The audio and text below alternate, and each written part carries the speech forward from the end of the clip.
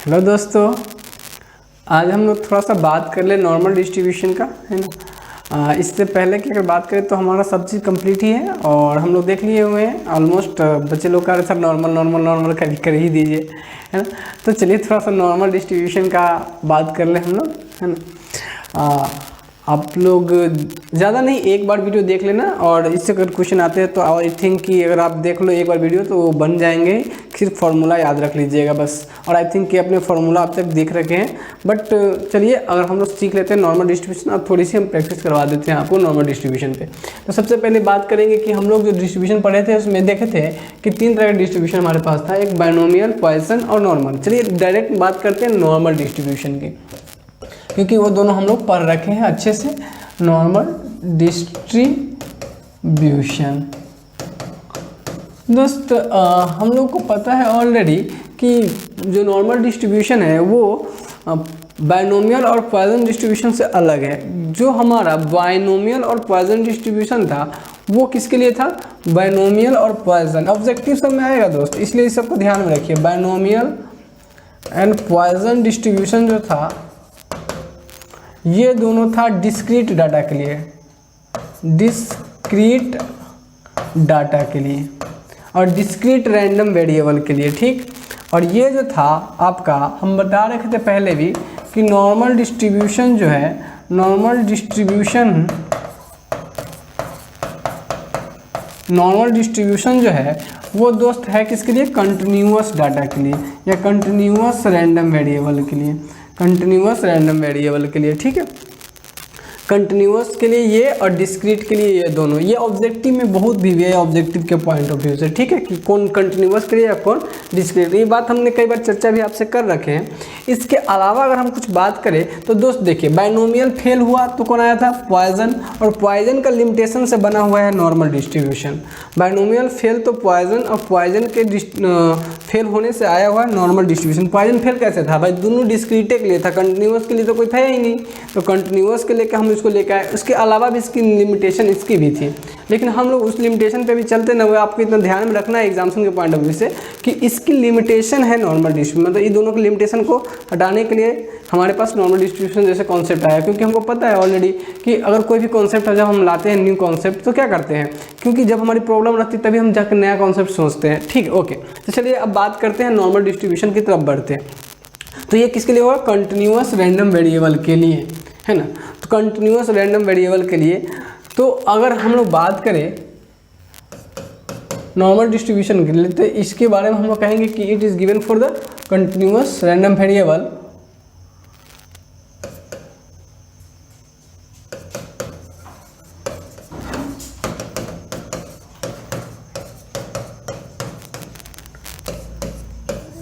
it is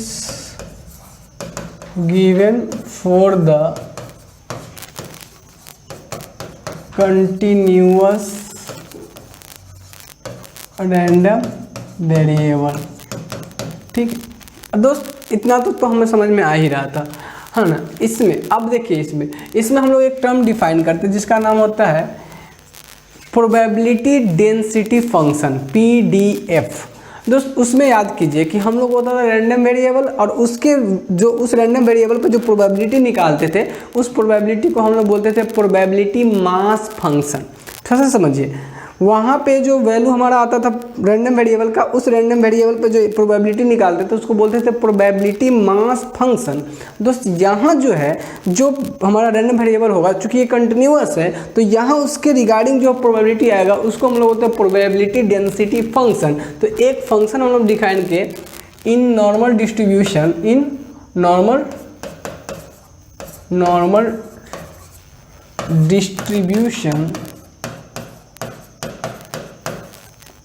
है ना, normal distribution, है ना। दोस्त ध्यान से सुनो, अगर इसमें हम बात करें कि मान लीजिए रैंडम वेरिएबल हमारा x है लेकिन वो कंटिन्यूअस है और उसका म्यू, जैसे एक्सपेरिमेंट करेंगे तो उसमें बहुत एक्सपेरिमेंट जब होगा बहुत सारे, तो उसमें क्या होगा, हमारा रैंडम वेरिएबल हम लोग डिफाइन करेंगे जैसे करते थे। अब उस रैंडम वेरिएबल जो हम लोग डिफाइन करेंगे दोस्तों, उस रैंडम वेरिएबल हमारा यहाँ कंटिन्यूअस रैंडम वेरिएबल रहेगा। क्या क्या रहेगा, कंटिन्यूअस रैंडम वेरिएबल रहेगा। तो उस केस में दोस्तों हम लोग क्या करेंगे कि वो जो रैंडम वेरिएबल मान लीजिए कंटिन्यूअस, उसका कुछ मीन होगा, क्योंकि हम लोग पढ़े हैं कि बाइनोमियल डिस्ट्रीब्यूशन के लिए मीन हम लोग पढ़े हैं, स्टैंडर्ड डिविएशन पढ़े हैं। तो मान लेते हैं कि इसमें थोड़ा सा और चेंज कर लेते हैं। If x is the random variable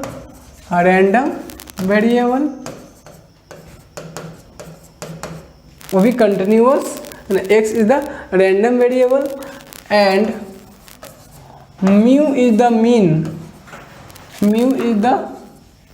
mean, sorry दोस्तों म्यू यहाँ देख लो, म्यू क्या है बाबू, म्यू अगर मीन है, mu is mean and mean of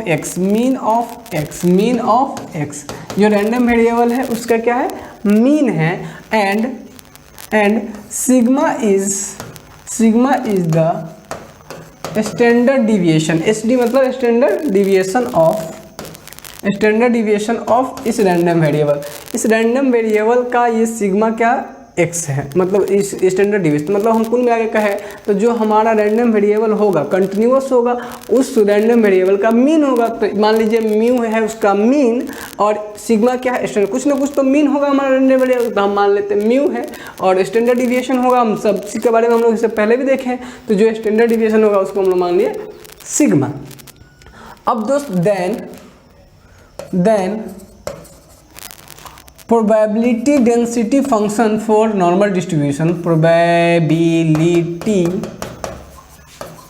distribution function for normal distribution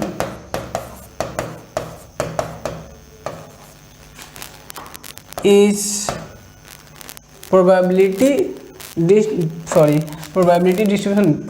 density function। दोस्त उस समय क्या डिफाइन करते थे, प्रोबेबिलिटी मास फंक्शन, बट यहाँ हम लोग जो डिफाइन करेंगे क्या डिफाइन करेंगे, प्रोबेबिलिटी डेंसिटी फंक्शन डिफाइन करेंगे, क्योंकि कंटिन्यूअस डाटा हो गया। तो उसके लिए हम लोग क्या करेंगे, probability density function for the normal distribution कैसे निकालते हैं, तो वो हो जाता है ये जो फंक्शन बनता है px बराबर जो हमारे पास जो बनता है वो फंक्शन बनता है, ये जो यही प्रोबेबिलिटी निकालने के लिए हम काम करते हैं। वो इससे पहले जो हम लोग करते थे प्रोबेबिलिटी निकालने के लिए, तो हमको तरीका पता था, रैंडम वेरिएबल होता था, अलग अलग होता था, उसके रिगार्डिंग हम लोग अलग अलग फार्मूला से निकाल देते थे।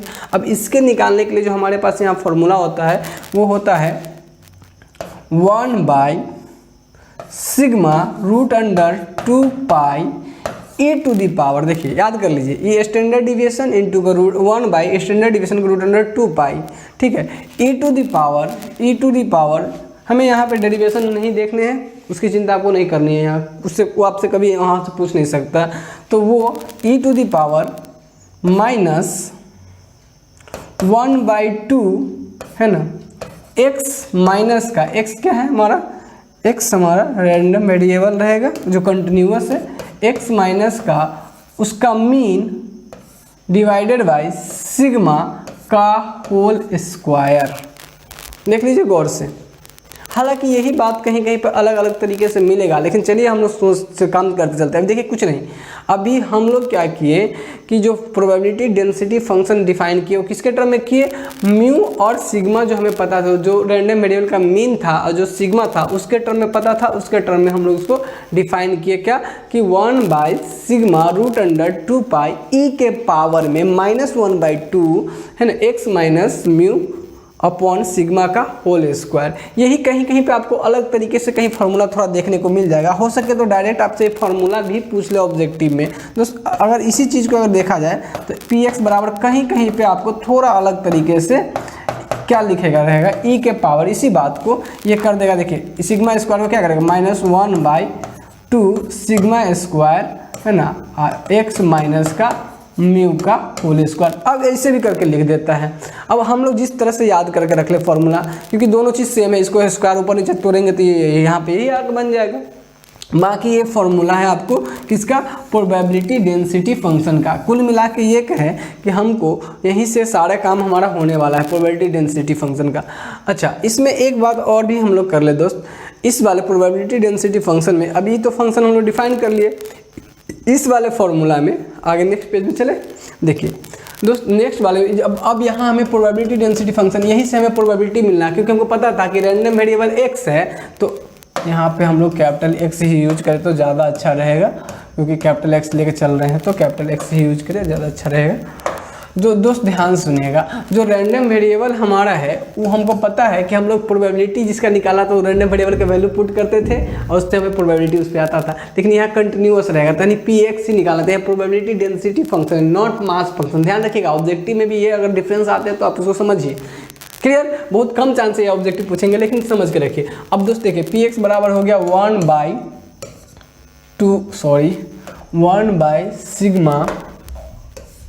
बाई सिग्मा रूट अंडर 2 पाई, याद ही हो जाना चाहिए ये फॉर्मूला, ये बहुत ही मेन फॉर्मूला है।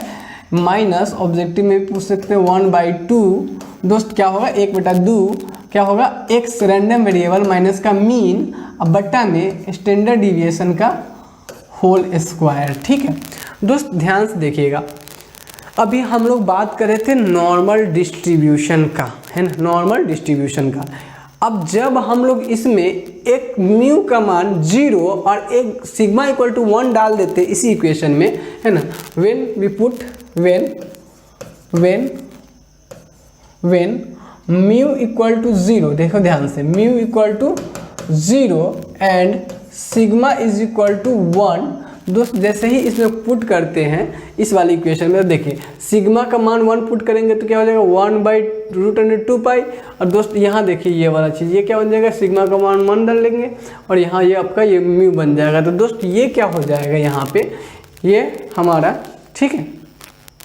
तो दोस्त पुट करेंगे तो ध्यान रखिएगा, यहाँ पे ऐसे ही रहने देंगे, यहाँ वाले पे पुट करेंगे और यहाँ से जो हमें मिलेगा, देखिए दोस्त ये पी एक्स कैसा हो जाएगा, ये जो प्रोबेबिलिटी वाला हो जाएगा, ये आपका ध्यान दीजिएगा कुछ ऐसा बन जाएगा। देखिए 1/σ√2 पाई, दोस्त यहाँ वाले पे पुट नहीं करेंगे, हम सिर्फ इस वाले डाटा में पुट करेंगे तो हमें कुछ ये इस तरह से देखने में आएगा, ई बराबर माइनस, अब ऐसा क्यों, क्योंकि ये हम अपनी सुविधा के लिए एस में कन्वर्ट कर रहे हैं। अब इसके करने के पीछे रीजन क्या है वो बताएंगे आपको, और इसका नाम क्या दिया गया देखिए ध्यान से, ये हो जाएगा आपका यहाँ पे x हो जाएगा दोस्त, देखिए जैसे वो हो जाएगा 0, ये हो जाएगा 1, यानी x स्क्वायर हो जाएगा। देखिए ध्यान से दोस्त, जैसे ही पुट करेंगे यहाँ पे ये 0 x स्क्वायर हो जाएगा, सिग्मा 1 यानी 1 के स्क्वायर 1 यानी x स्क्वायर हो जाएगा, यानी हम ये कह सकते हैं यहाँ पे हमारे पास ये x²/2 हो जाएगा दोस्त, ये वाला बात। इसी चीज़ को अगर ये एक टर्म हम लोग यहाँ पे कन्वर्जन वाला बात किए, इसको दोस्त कहते हैं हम लोग, ध्यान से देखिए, इस वाले को बोलते हैं, या इसी चीज़ को एक लिखने का तरीका और भी है। ये तरीका क्या किया गया कि इसी को z के टर्म में लिखा गया, pz, जहाँ x है वहाँ पे z के टर्म में, और वो लिखा गया σ√2 पाई। अब ये z क्या होता है उसकी चिंता आपको नहीं करनी है, ये हो जाएगा -1z²/2, ये हो जाएगा z²/2। अब ये z क्या हुआ दोस्त, यहाँ से ये दोनों बात ध्यान लीजिए, इसी को हम लोग, इसको बोले हम लोग स्टैंडर्ड नॉर्मल डिस्ट्रीब्यूशन। मतलब कोई भी चीज़ में कुछ स्टैंडर्डाइज कर दिया गया ना, जिसमें इसमें कहा कि भाई म्यू का मान 0 और सिग्मा का मान 1 पुट करने पर जो आया हमें नए तरीके का, तो हम लोग उसको बोले क्या थोड़ा सा कि ये स्टैंडर्ड हो गया। क्या हो गया, स्टैंडर्ड। कंडीशन लगा के हम लोग क्या करना है, इसको स्टैंडर्ड नॉर्मल डिस्ट्रीब्यूशन बनाए। इसको क्या होना है, स्टैंडर्ड नॉर्मल डिस्ट्रीब्यूशन, दोस्तों इसको बोलते हैं स्टैंडर्ड नॉर्मल डिस्ट्रीब्यूशन। अब बात ये आ गई कि यहाँ पे ध्यान रखने वाली बात ये है, और इसी को दोस्त ये स्टैंडर्ड नॉर्मल डिस्ट्रीब्यूशन का जेड जो डालें इसको, और इसका एक और नाम दिया गया जिसका कहते हैं जेड डिस्ट्रीब्यूशन। क्या बोलते हैं दोस्त, जेड डिस्ट्रीब्यूशन। ठीक है दोस्त, इसको बोले जेड डिस्ट्रीब्यूशन। अब दोस्त यहाँ ध्यान दीजिएगा कि हम लोग क्या करते हैं, यहाँ पे जेड बराबर, जेड जो है वो जेड को हम लोग एक एजम्पशन लेते हैं कि जेड कितना, मतलब जेड को हम एक वैल्यू असाइन करते हैं, वो वैल्यू कितना को हम लोग जेड बोलते हैं, वो बोलते हैं x minus mu upon sigma को हम लोग जेड बोल देते हैं। क्या बोलते हैं, जेड बराबर x minus mu upon sigma, मतलब जेड अगर हमको देखिए हमको क्या दिया रहेगा, ध्यान से देखिएगा, हमको जो दिया रहेगा वो कंटिन्यूअस रैंडम वेरिएबल दिया रहेगा, उसको हमको जेड में अगर बदलना तो देखिए जो रैंडम वेरिएबल देगा उसका मीन कुछ फिक्स रहेगा, स्टैंडर्ड डिविएशन फिक्स रहेगा, जिससे कि हम क्या निकाल पाएंगे, हमको ये दिया रहेगा तो हम उसका जेड आराम से निकाल पाएंगे। ये फॉर्मूला अभी आप ज़्यादा दिमाग ना लगाते हुए ये जेड वाली जो फॉर्मूला है उसको एकदम बहुत ज़बरदस्त तरीके से याद कर लो। जनरली जो हम लोग जो सवाल बनाने के लिए यूज करने वाले हैं दोस्त, मेनली ये फार्मूला यूज करने वाले हैं, इस फार्मूला पे भी हम लोग नहीं जाने वाले, जनरली ये जेड फार्मूला से ही निकालने वाले हैं। अब दोस्त ध्यान से देखिए, ये जो हम लोग प्रोबेबिलिटी डेंसिटी फंक्शन निकाले है ना, देखिए ध्यान से, ये स्टैंडर्ड नॉर्मल डिस्ट्रीब्यूशन है ना, इसी को हम लोग क्या बोले, स्टैंडर्ड नॉर्मल डिस्ट्रीब्यूशन। कैसे बनाया, पहले तो नॉर्मल डिस्ट्रीब्यूशन था है ना, उसमें हम लोग एजम्पशन लिए mu equal to 0 sigma equal to 1। अगर आपसे पूछा भी जाओ ऑब्जेक्टिव में कि भाई mu equal to 0 sigma equal to 1 से कौन सा आया, तो हम लोग कहेंगे स्टैंडर्ड नॉर्मल डिस्ट्रीब्यूशन आया, या उसी को जेड डिस्ट्रीब्यूशन भी कहा गया। कब बना वो, जब हमारे पास जो प्रोबेबिलिटी डेंसिटी फंक्शन जो पहले से अवेलेबल था उसमें म्यू का मान 0 और सिग्मा का मान 1 लेने पर। दोस्त ध्यान से सुनिए इस चीज़ को।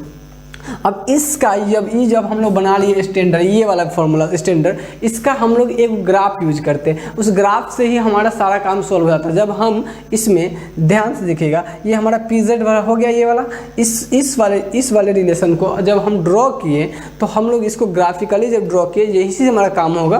ध्यान रखिएगा दोस्त, यहाँ से आपको दो बात याद कर लेनी है, क्या, जेड बराबर जेड फॉर्मूला आपको देख लेना कैसे आया तो आपको पता चल ही रहेगा, जेड बराबर x minus mu upon sigma. दो बातें हम लोग याद कर लेनी एग्जाम्पल के पॉइंट ऑफ व्यू से। एक क्या, ध्यान से देखिए, एक क्या कि हमको पता है कि प्रोबेबिलिटी डेंसिटी फंक्शन जो दिया गया कैसे दिया गया, 1/σ√2 पाई ई के power minus x random variable minus mu mean upon sigma का होल स्क्वायर, ये हमारा दिया गया, ये याद रखेंगे। उसके बाद हम समझेंगे म्यू इक्वल टू 0 और 1 रखने पर स्टैंडर्ड नॉर्मल डिस्ट्रीब्यूशन आता है, तो हम लोग यहाँ से स्टैंडर्ड नॉर्मल डिस्ट्रीब्यूशन बनाए, इसी को जेड डिस्ट्रीब्यूशन कहते हैं। हम लोग अपनी सुविधा के लिए एक क्वांटिटी बनाया जिसका नाम दिया जेड, और वो कैसे बना, वो बना x minus mu upon sigma से। ये बात क्लियर हो गई। अब दोस्त इस चीज़ चूंकि कंटिन्यूअस है, कंटिन्यूअस चीज़ के ग्राफिकली कंटिन्यूअस चीज़ को देखना आसान होता है, तो इसको जब हम ग्राफिकली जब ड्रॉ किए कंटिन्यूअस का, तो दोस्त हम लोग कुछ इस प्रकार से इसका जब हम लोग कंटिन्यूअस जब हम लोग इसका ग्राफ बनाए तो दोस्त कुछ इस प्रकार से बनाए। इस पे वैल्यू रखे, देखिए मीन का मान रखे म्यू इक्वल टू 0, ठीक है, म्यू का मान रखेगा यहाँ पे, सॉरी म्यू इक्वल टू 0 जहाँ मीन है उस मीन पे जो हमारा वैल्यू आया दोस्त इस प्रकार से कि मैक्सिमम हमारा इसका वैल्यू मिलता था, तो हमारा जो कर्व बना कुछ इस प्रकार से, ठीक है दोस्त, इसको बोलते हैं बेल शेप्ड कर्व। क्या बोलते हैं दोस्त, इसको बेल शेप्ड कर्व। बस इस ग्राफ को ध्यान रखनी है और आपको आगे काम करते चले जाना है। ये ग्राफ जब हम इसको ड्रॉ किए तो कुछ ऐसा आया, तो एक इसको बोले बेल शेप्ड कर्व, है ना, क्या बोले इसको, बेल शेप्ड कर्व। दोस्त इसी में हम लोग क्या किए हैं, इसको सिग्मा के रूप में भी देखे, क्या किए देखिए ध्यान से, ये म्यू यहाँ 0। अब देखिए इसमें हम क्या किए, यहाँ पे क्या किए, जो हमारा मीन हुआ, मीन वैल्यू है ना, मीन वैल्यू यहाँ पे मैक्सिमम है ना, इस पे देखिए ध्यान से। अब दोस्त ये देखिए ध्यान से, ये जो एरिया बना दोस्त, ये एरिया हमारा होता है प्रोबेबिलिटी वाली एरिया। क्या होती है, प्रोबेबिलिटी। जो रीजन होता है ये पूरा रीजन, इसको बोलते हैं प्रोबेबिलिटी वाली रीजन। तो ये जो हमारा ये मिड पॉइंट होता है, मीन वैल्यू, यहाँ जो ये जो पॉइंट होता है दोस्त, यहाँ से इधर यानी पूरा प्रोबेबिलिटी का कितना होता है, सम 1। यानी ये अब देखिए कुछ नहीं किए हैं हम, जो ये जो ग्राफ बनाए हैं, ये ग्राफ बेल शेप्ड कर्व होती है और ये कंटिन्यूअस इनफाइनाइट तक ऐसे गई हुई रहती है, ठीक, इसको बोलते हैं बेल शेप्ड कर्व। ये कर्व जो ग्राफ होता है, तो ग्राफ किसी चीज़ न किसी चीज़ को रिप्रेजेंट करता है। तो दोस्त ये जो ग्राफ है यहाँ पे हमारा, हमको जो हम लोग जो फंक्शन डिफाइन किए हुए उस फंक्शन से जब हम लोग ग्राफ ड्रॉ किए तो ये कुछ बेल शेप्ड कर्व का ग्राफ आया। और इसमें क्या पाया गया कि 50% 0.5 जो प्रोबेबिलिटी होता है 1 होता है सम, 50% इधर और 50% प्रोबेबिलिटी इधर, यानी इसका जो हमारा मेन पोजीशन है उससे 50% प्रोबेबिलिटी, ये जो एरिया है वो हमारा 50% प्रोबेबिलिटी को रिप्रेजेंट करता था और ये भी 50% प्रोबेबिलिटी को रिप्रेजेंट करता था। और यहाँ पर हमको देखने वाली बात ये है कि हमको तो देखो, हमको रैंडम वेरिएबल हमको क्या रहेगा, रैंडम वेरिएबल दिया रहता है, कंटिन्यूअस रैंडम वेरिएबल है। तो यहाँ चूंकि, यहाँ ध्यान सुनिएगा, यहाँ जब हमको प्रोबेबिलिटी निकालना पड़ेगा तो यहाँ चूंकि कंटिन्यूअस है, ध्यान से देखिएगा, पहले इस चीज़ को देखते हैं हम लोग गौर से दोस्त, समझिए इस चीज़ को। देखिए अभी आपको समझ में, अभी तक कुछ सब नहीं समझे, हम समझे कि जो देखिए जो हम समझे कि जो प्रोबेबिलिटी डेंसिटी फंक्शन हम लोग डिफाइन किए, उन चीज़ों को हम लोग क्या किए, ग्राफ पे प्लॉट किए, तो हमें कुछ ग्राफ ऐसा मिला और यह ग्राफ हमारी पूरी प्रोबेबिलिटी को दर्शाती है और पूरी प्रोबेबिलिटी का सम 1 होता है। तो हम लोग भाई कंटिन्यूअस डाटा का भी पूरा सम, ये एरिया पूरा 1 को रिप्रेजेंट करेगा। तो हम लोग इसके मिड पॉइंट, जिसको बोले मीन पोजीशन, जहाँ पे म्यू 0 हुआ हमारा, इस दोनों को वहाँ पे हमारे हम उसको क्या किए, वहाँ से हम दोनों 2 पार्ट में हमारा डिस्ट्रीब्यूट हुआ रीजन, जिसमें से 50% प्रोबेबिलिटी ये बताता था, 50% ये बताता था। तो अब यहाँ पे जो बात आती है दोस्त कि ये जो रीजन होगा, ध्यान से सुनिएगा, ये अगर मान लीजिए हमको यहाँ कंटिन्यूअस है, तो मान लीजिए अगर हमारा रैंडम वेरिएबल, ध्यान से दीजिए, x जो है हमारा रैंडम वेरिएबल, वो x अभी कंटिन्यूअस होगा, तो हम यहाँ a से b, जैसे वहाँ पे रैंडम वेरिएबल, जैसे कैसे देखिए ध्यान से, वहाँ रैंडम वेरिएबल क्या होता था, वहाँ रैंडम वेरिएबल कैसे होता था, वहाँ रैंडम वेरिएबल होता था कि भाई x बराबर 1, x बराबर 2, x बराबर 3। यहाँ तो कंटिन्यूअस है ना, तो कंटिन्यूअस है तो रैंडम वेरिएबल आपका एक पे होगा नहीं, तो आपको कैसे कहेगा कंटिन्यूअस रैंडम वेरिएबल, कहेगा भाई रैंडम वेरिएबल आपका कहाँ से कहाँ तक कहेगा, देखिए आपको कहेगा यहाँ पे कंटिन्यूअस चीज़ें होगी, तो कंटिन्यूअस देखिए आपको देखिए, आपको 2 से 5 के बीच बताना था, कहोगे 2, 3, 4, 5 बताओगे, और 2 से 5 बताना है तो आप हमेशा कैसे बताओगे, 2, 3, 4 अकेले अकेले तो रिप्रेजेंट कर नहीं सकते, हमेशा इंटरवल में बताओ कि 2 से 5, 3 से 6 इंटरवल में बताया जाएगा। तो यहाँ पे क्या हुआ दोस्तों कि अगर आपसे प्रोबेबिलिटी पूछेगा तो वो रैंडम वेरिएबल क्या कहेगा कि रैंडम वेरिएबल इतना से इतना बताइए, नहीं कि कहेगा कि रैंडम वेरिएबल इतना का बताइए, है ना, बस समझ, इतना का कहेगा उसका मतलब भी हम निकालेंगे इतना से इतना में होता है। अब कितना से कितना में होता है सर हमको कुछ समझ में नहीं आया, तो रुकिए हम समझाते हैं आपको। जैसे देखिए रैंडम वेरिएबल x = a से x = b हुआ, ठीक है। अब देखिए रैंडम वेरिएबल, अब मान लो आपको रैंडम वेरिएबल तो दिया रहेगा, है ना, आपको क्वेश्चन में रैंडम वेरिएबल दिया रहेगा, वो हम आपको क्वेश्चन कर पाएंगे तो समझ में आएगा। तो रैंडम वेरिएबल इतना से इतना में कहेगा, तो ये आपका एक रेंज हुआ। अब इसमें कहेगा हमको निकालने के लिए, तो हम कहेंगे भाई देखिए ये वाला जो एरिया हो जाएगा ना, ये वाला जो एरिया हो जाएगा वही हमारा क्या हो जाएगा, फॉर इसके और इसके बीच, इस रैंडम वेरिएबल पर, इस रैंडम वेरिएबल से इस रैंडम वेरिएबल के बीच का जो प्रोबेबिलिटी डेंसिटी आएगा वो यही आएगा। तो यानी हमको यहाँ से ये प्रोबेबिलिटी मिल जाएगा, ये एरिया निकाल देंगे तब, और इधर के एरिया 0.5, इधर के एरिया 0.5, मतलब कुल मिला के अब हम इतना समझ गए हैं कि हमको ये एरिया निकालना है। यानी हम ये कह दें कि ये अगर कोई फंक्शन है, ये आपका f(x) एक फंक्शन है, मान लीजिए फंक्शन का ग्राफ है, तो अगर इसका हम एरिया निकाल दें, इसका हम एरिया निकाल दें कहाँ, a से b में f(x) dx निकाल दें दोस्तों, तो ये जो रीजन आएगा वही हमारा px होगा, जो इसके बीच का होगा। यानी px यानी कह सकते हैं ये ऐसा होगा प्रोबेबिलिटी कब, देखिए ध्यान से, a से b में, यानी a से, जब a से बड़ा अगर x है और a से b से छोटा है, इस रेंज में यही प्रोबेबिलिटी आएगा। अब दोस्त इससे भी हमारा लगा भाई क्या इंटीग्रेशन क्या नहीं, तो इससे भी हम लोग अपने काम को बहुत ही आसान किए। आसान क्या किए सो देखिए, अब एक ग्राफ आपको सिर्फ देखिए पूरा, मतलब पूरे कॉन्सेप्ट बहुत ही हमें आसान है। एक बात तो हमें याद रख लेनी है कि z बराबर क्या होता है, x - μ/σ। ये बात आपको ध्यान में होनी चाहिए। ज़्यादातर क्वेश्चन में आपको सिर्फ हमें z से ही काम करनी है, क्योंकि वो टेबल दिया रहेगा ना, जो टेबल का डाटा दिया रहेगा वो लगाना आपको सिखाएंगे हम बस। तो ये जो आपका x, ये देखिए ध्यान से, एक ग्राफ को मतलब समझ में आना चाहिए। फार्मूला भी आप फार्मूला सिर्फ एक बार याद कर लेना अच्छे से, क्योंकि ऑब्जेक्टिव में पूछ ले तो पूछ ले, नहीं तो बाकी z से और इस ग्राफ से हमारा सारा काम हो जाएगा क्वेश्चन का। एक वो टेबल आता है उससे, z टेबल जिसको बोलते हैं, z डिस्ट्रीब्यूशन टेबल आता है ना, तो उससे हो जाएगा। तो आपको याद रखना है z बराबर x - μ/σ, ये आपको z निकालने के लिए दिया रहेगा, है ना। और आपको ग्राफ जनरली जो दिया रहेगा z वर्सेस ग्राफ दिया रहेगा, है ना, z का वैल्यू इस पर दिया रहेगा। ठीक, ये बात समझ में आ रही। अब दोस्त इसी के रिगार्डिंग हमने इसको फर्स्ट लेक्चर में भी आपको समझाया था, है ना, फर्स्ट लेक्चर में आपको समझाया था, वो सारी बातें भी करेंगे हम लोग यहाँ पे दोस्तों। अभी आपको ये समझ में आएगा कि इतना सर इंटीग्रेशन फिर से आ गया इसमें, कोई नहीं बाबू, इंटीग्रेशन करने की यहाँ जरूरत नहीं पड़ेगी, है ना। आपको बस ये समझाया गया कि ये रीजन जो होगा वही हमारा इस रैंडम वेरिएबल के बीच का प्रोबेबिलिटी बता देगा, और हमारा यहाँ से काम समाप्त। ठीक है, तो बस हम लोग एक समराइज वे में एक हमने पीपीटी लिया है, जिस पीपीटी पे आपको एग्जैक्टली हम समझा के कुछ क्वेश्चन के मामले भी समझा के क्लियर करेंगे। तो आइए इन आपको याद रख लेने हैं ये कुछ चीज़ें, और इसको हम लोग डाटा ग्रुप में देखते हैं। दोस्त देखिए हमारे पास ये नॉर्मल डिस्ट्रीब्यूशन है, उसकी कैरेक्टरिस्टिक्स दिया है, कुछ नहीं दोस्त, ये कुछ वही बनाया है, ये आपका मीन है, ये रैंडम वेरिएबल वर्सेस मेरा ग्राफ बनाया हुआ, देखिए ये मीन है। मैं थोड़ा सा मार्कर को ये बड़ा करूँ दोस्त, देखिए ये देखिए ये आपका एक फंक्शन है और ये बेल शेप्ड कर्व है, ये आपका आगे तक ऐसे बढ़ते रहता है, ये बेल शेप्ड कर्व है, ये आपका म्यू मीन है, ये मीन पर मैक्सिमम आपको ये ग्राफ मिल रही है।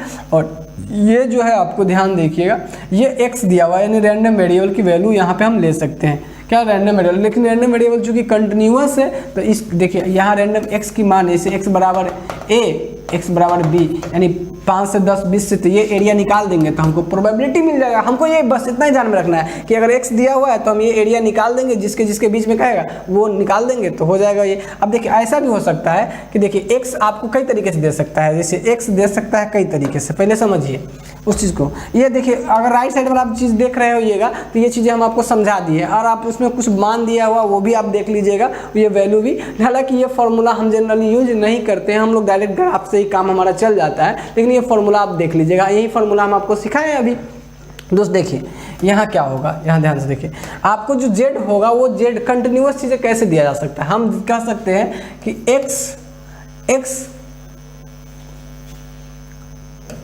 देखिए x ग्रेड, देखिए x की वैल्यू क्या हो सकती है, x की वैल्यू हो सकती है, देखिए x की वैल्यू किसी के बीच में हो सकती है, a से b, किसी नंबर के बीच में हम ले सकते हैं, यानी जो हमारा रैंडम वेरिएबल कंटिन्यूअस है तो एक रेंज में लेना पड़ेगा, तो a से b में ले सकते हैं, ऐसा कुछ है ना। अब देखिए ध्यान से, a से b के बीच ले सकते हैं हम, ऐसे कुछ।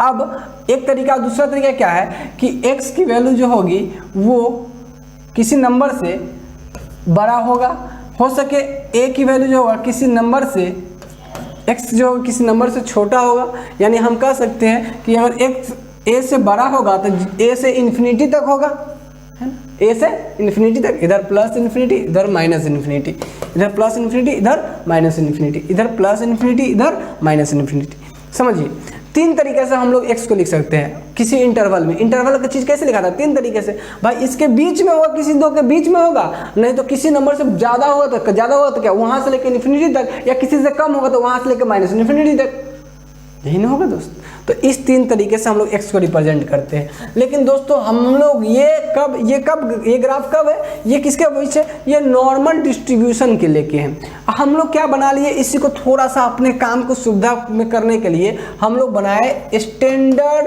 Normal distribution. क्या बना लिए, standard normal distribution, standard division नहीं, स्टैंडर्ड नॉर्मल डिस्ट्रीब्यूशन। कैसे बनाया स्टैंडर्ड नॉर्मल डिस्ट्रीब्यूशन, कुछ नहीं किए, इस x माइनस म्यू अपन सिग्मा को क्या मान दिए, z, इसको क्या माने, z बराबर x minus mu upon sigma को माने z, और इसको बोले जब इसको इसमें जब इसी वाले फॉर्मूला में जब ये पुट किए z का मान, तो हम लोग बोले उसको स्टैंडर्ड नॉर्मल डिस्ट्रीब्यूशन। और ये और इसका इसको जब हम लोग ये बनाए तो हम लोगों को कुछ एक नया फॉर्मूला मिला, और जिसको हम लोग वहाँ से उसको प्लॉट कर लिए। फिर ये तो इसके लेके ग्राफ ये था बना हुआ। अब इसी ग्राफ को हम लोग थोड़ा सा बदल लिए, किसमें, स्टैंडर्ड नॉर्मल डिस्ट्रीब्यूशन, ताकि हमारा कैलकुलेशन आसान हो। और ये इसको बोले जेड डिस्ट्रीब्यूशन। दोस्तों इसमें कुछ खास नहीं, आपको इस बातों पर ध्यान नहीं देनी है, ये क्या लिखा है, बस एक बात ध्यान देना कि ये बेल शेप्ड कर्व होती है, और PDF मतलब होता है प्रोबेबिलिटी डेंसिटी फंक्शन, है ना। तो ये हमको पता है कि ऑलरेडी प्रोबेबिलिटी डेंसिटी फंक्शन है, फेमस बेल शेप्ड कर्व होता है, ये प्रोबेबिलिटी डेंसिटी फंक्शन के लिए डिफाइन है, और यहाँ से हमारा प्रोबेबिलिटी डेंसिटी निकल सकता है, ठीक है।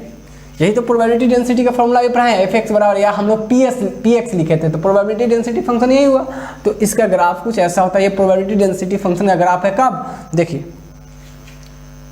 एकदम वही चीज़ें हैं दोस्तों। हम आपको बार बार ये रियलाइज इसलिए करा रहे हैं कि आप मतलब कुछ कन्फ्यूजन नहीं रखना है। क्या है, देखिए ये आपका प्रोबेबिलिटी डेंसिटी फंक्शन है, ये है म्यू, और आपको पता है कि हम लोग क्या करते थे, रैंडम वेरिएबल पर x इक्वल टू इतना पर प्रोबेबिलिटी निकालते थे, ये नहीं करते थे। तो x के मान रखते थे, प्रोबेबिलिटी निकलता था, x का मान रखते थे, प्रोबेबिलिटी निकलता था। तो यहाँ क्या है, उसी का ये ग्राफ है।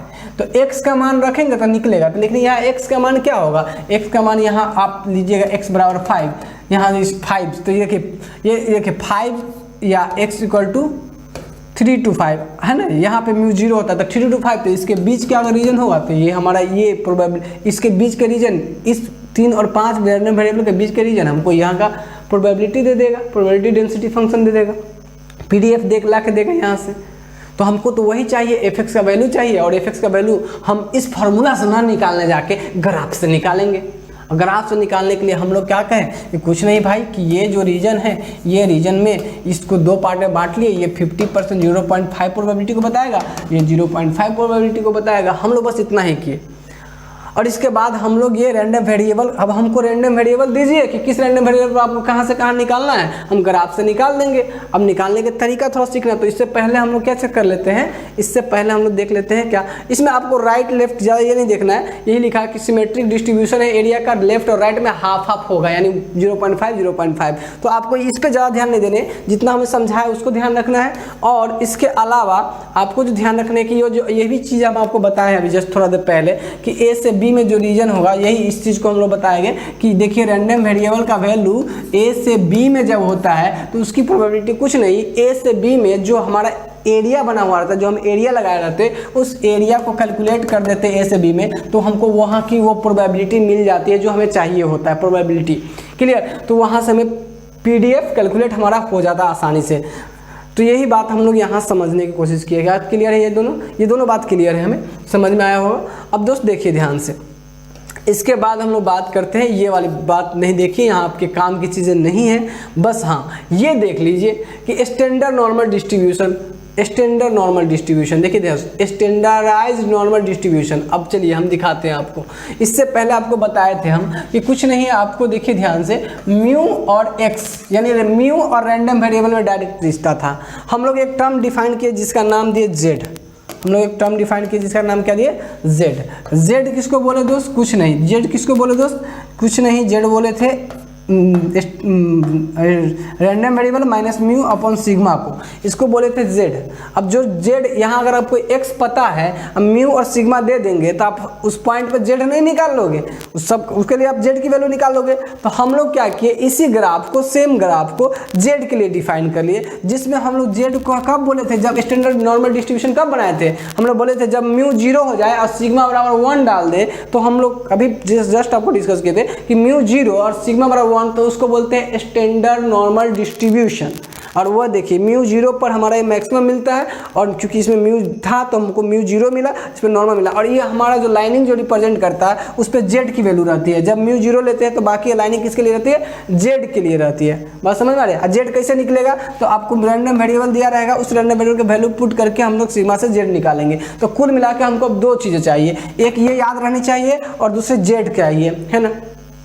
अब देखिए, अब जेड, अब यही मामला हमारा यहाँ पे आ गया। तो हमको 2 चीज़ अब यहाँ से, अब हमारा जो ग्राफ हमेशा जो दिया रहेगा लगभग वो जेड वर्सेज इसके दिया रहेगा, नहीं जेड वर्सेज दिया रहेगा ना, एक्स वर्सेज दिया रहेगा, तो एक्स से हम जेड निकाल लेंगे। अब कुल मिला के आपकी पूरी गेम जो शिफ्ट हो गई है वह किस पे हो गई है, जेड पे। हम लोग ज़्यादातर स्टैंडर्ड नॉर्मल डिस्ट्रीब्यूशन के लिए ही काम करेंगे, तो हमारी काम कहाँ पे शिफ्ट हो गई, जेड पे। और किस पे शिफ्ट हो गई, जेड पे और फॉर्मूला पे, एक्स बराबर जेड बराबर जो x minus mu upon sigma है उस पे, और हमारा ग्राफ पे शिफ्ट हो गया है।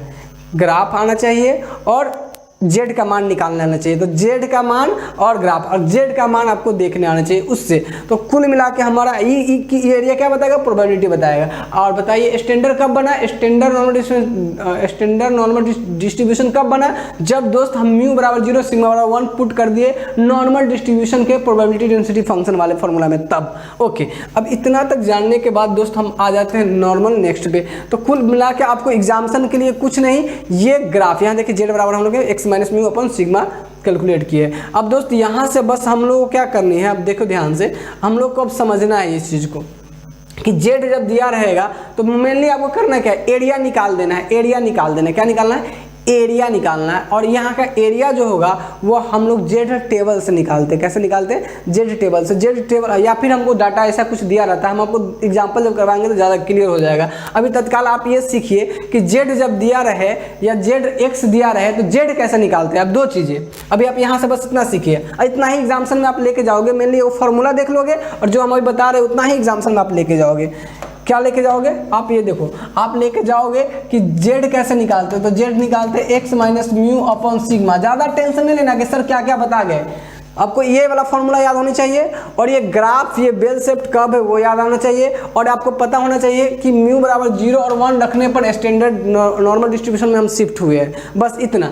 अब इसके बाद दोस्तों बात करेंगे कि आपको एरिया निकालने आना चाहिए। एरिया, ये जो एरिया दिया है उसका एरिया निकालने आना चाहिए। बस तो आपको इतना पता है कि भाई देखिए एरिया इधर 0.5 है, इधर पर 0.5 है, इधर 0.5 है, इधर 0.5 है, और जो एरिया आएगा वही हमारा क्या होगा? प्रोबेबिलिटी होगा। ठीक है, यानी अगर हम 0.5 और 0.5 इधर 50%, इधर 50%, परसेंटेज में बात करें तो वही बात, इधर 50%, इधर 50%। दोस्त देखिए, अगर आपको जेड का मान दिया हुआ है तो एरिया कैसे निकालोगे? एरिया कैसे निकालोगे? देखिए अब ध्यान से दीजिएगा, देखिए ध्यान से देखिएगा, आपको एक चीज़ आपको समझाते हैं यहाँ पे, ध्यान से देखिएगा। ये है म्यू इक्वल टू 0, ठीक है दोस्त। इधर का जेड जो होता है हमारा Z equal to 1, Z equal to 2, Z equal to 3। दोस्त इधर पॉजिटिव होता है, इधर जेड इक्वल टू -1, इधर Z equal to -2, Z equal to -3।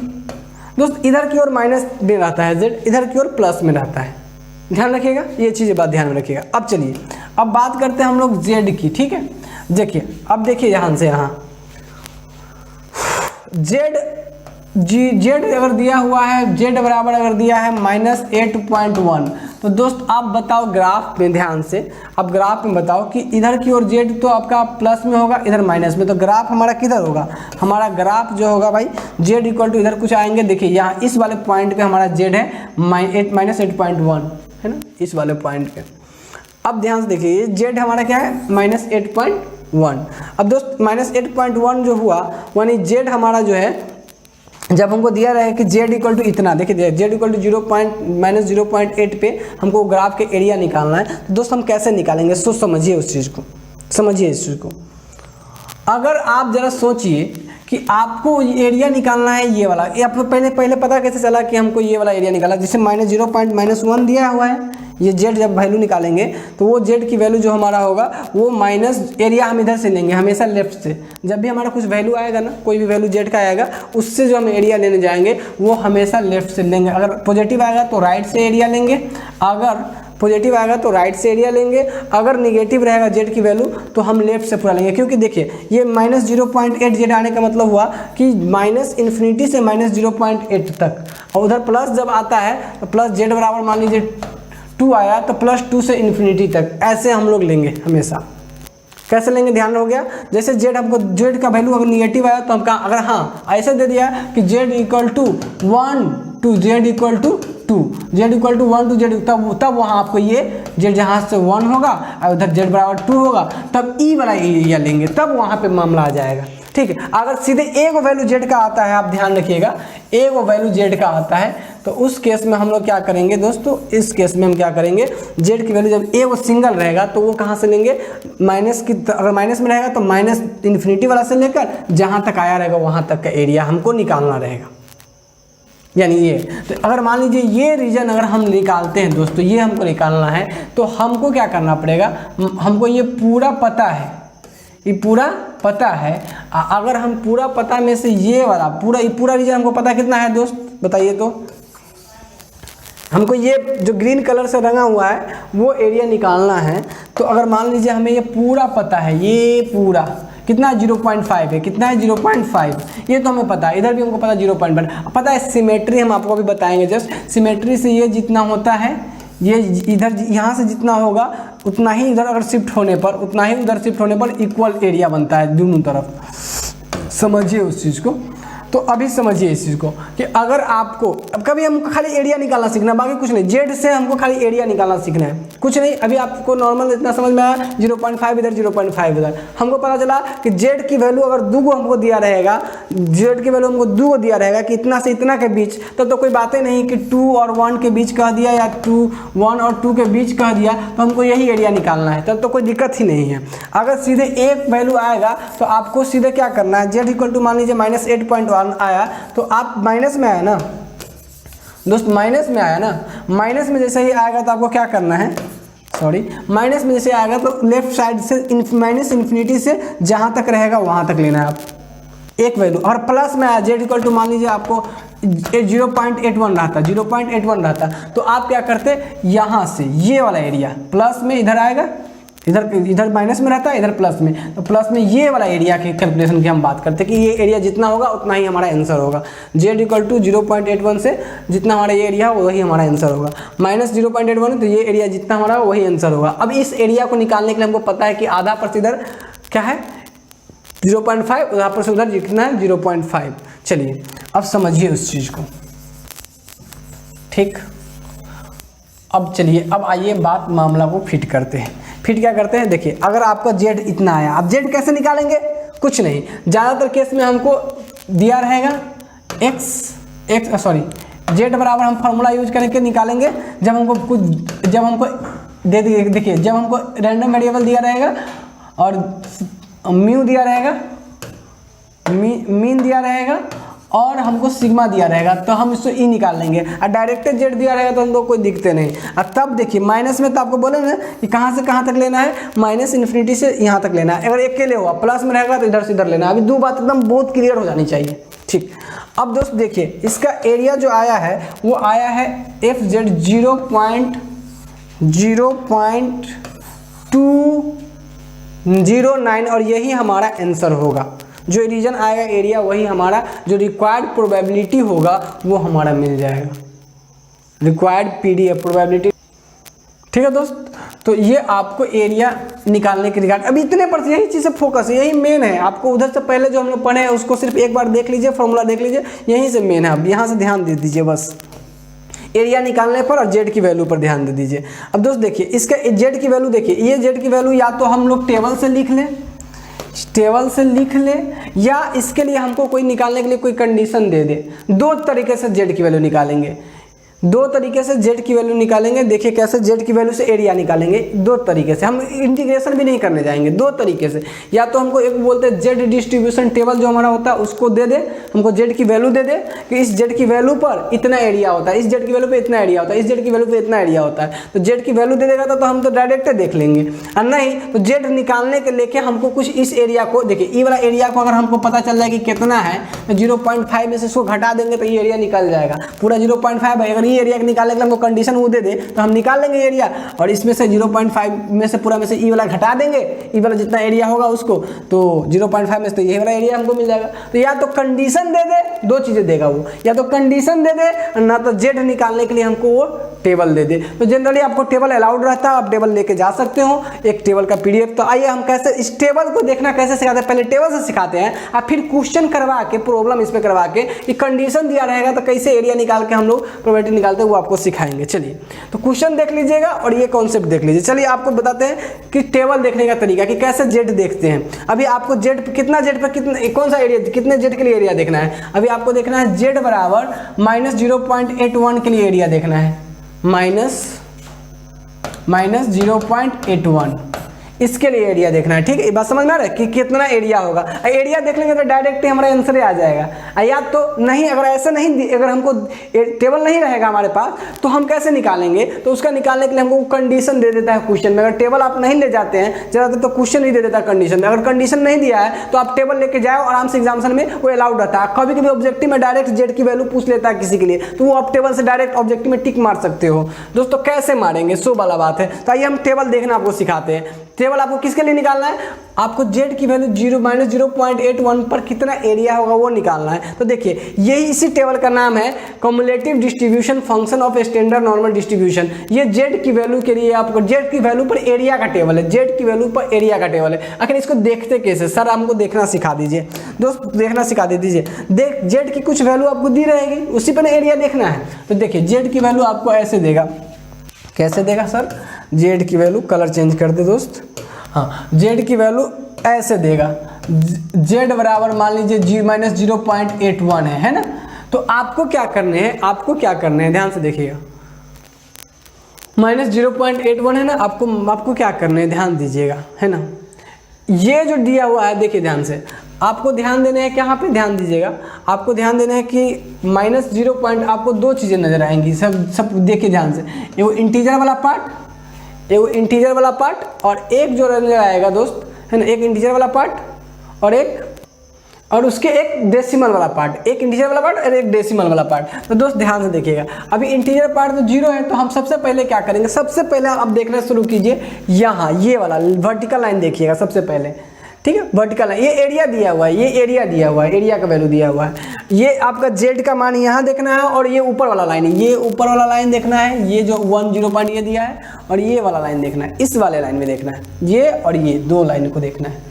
और दो लाइन को देखते हुए आप मिलाइए कि आपका किससे मैच कर रहा है डाटा। तो जैसे मिलाओगे तो हमको क्या -0.81 है, हमको क्या है -0.81। दोस्त मिलाते गए तो देखिए हमारे पास आया -0.8, ध्यान से देखिए -0.81 तो कहीं नहीं दिख रहा है, लेकिन देखिए ध्यान से यहाँ पे देखिए, ये ध्यान से देखिए ये कितना आया, ये देखिए ये आया आपका -0.8 आया।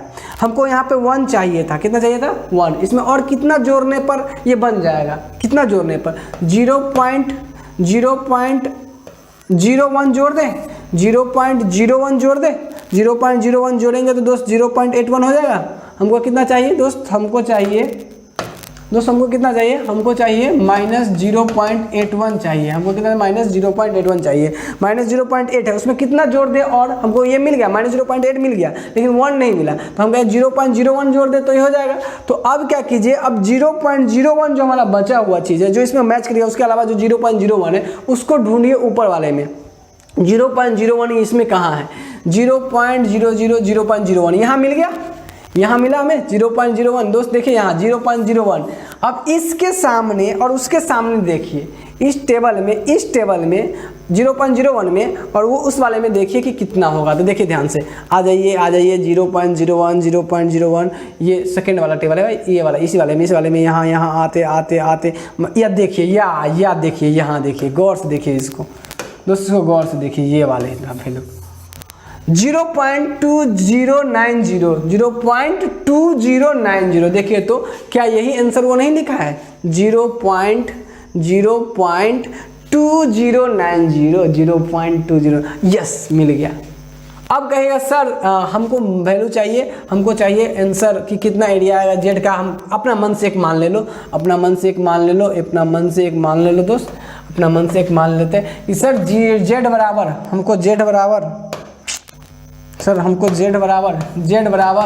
ठीक है, जेड बराबर 2.12 का मान निकालना है सर, या 2.12 का मान निकालना है। चलिए हमको नहीं पता, हमने अभी इतना बस जेड बराबर आपको इसका मान निकालना है कि सर कितना होगा टेबल देख के, और ये टेबल अलाउड है आपके लिए।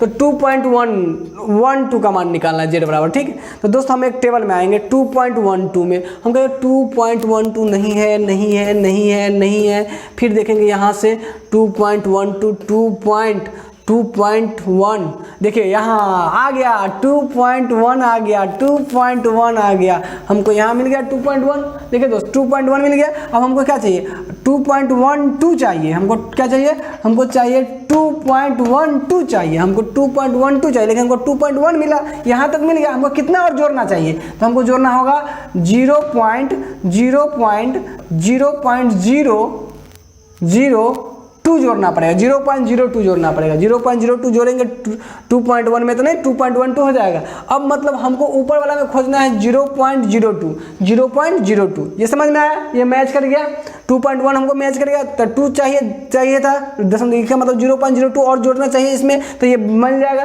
तो अब देखते हैं हम लोग कि कहाँ 0.02 कहाँ मिलता है, एक 2.1 और एक 0.02।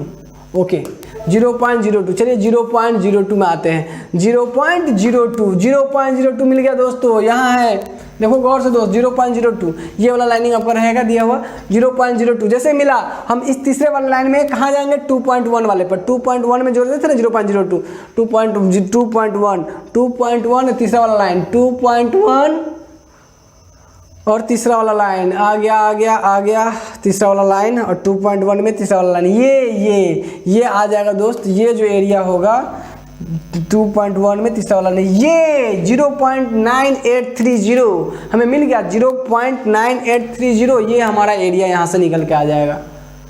अपेक्षा करते हैं दोस्त कि आप नॉर्मल डिस्ट्रीब्यूशन टेबल देखना सीख गए हो कि कैसे इसका वैल्यू हम देखते हैं। कोई भी जेड का मान आपको दे देगा, तो क्या आप टेबल देख के बता दोगे वैल्यू, एग्जैक्टली बता दोगे, कहीं कोई डाउट? नो डाउट, आराम से बता दोगे दोस्त। अब देखिए दोस्त, यहाँ पे थोड़ा सा एक क्वेश्चन आपको हम सिखाए हुए हैं, देखिए करवाते हैं यहाँ पे समझाते। मान लीजिए आपको जेड का मान नहीं दिया, एक्स का मान दिया, रैंडम वेरिएबल, आपको बताया था कि रैंडम वेरिएबल का मान देगा तो पहले हम उसको जेड में बदलेंगे। आपको कहा कि देखिए, आपको कहा दिया कि नॉर्मल डिस्ट्रीब्यूशन में म्यू इतना है, स्टैंडर्ड म्यू दे दिया, सिग्मा दे दिया, दो चीज़ें, और म्यू दे दिया, सिग्मा दे दिया।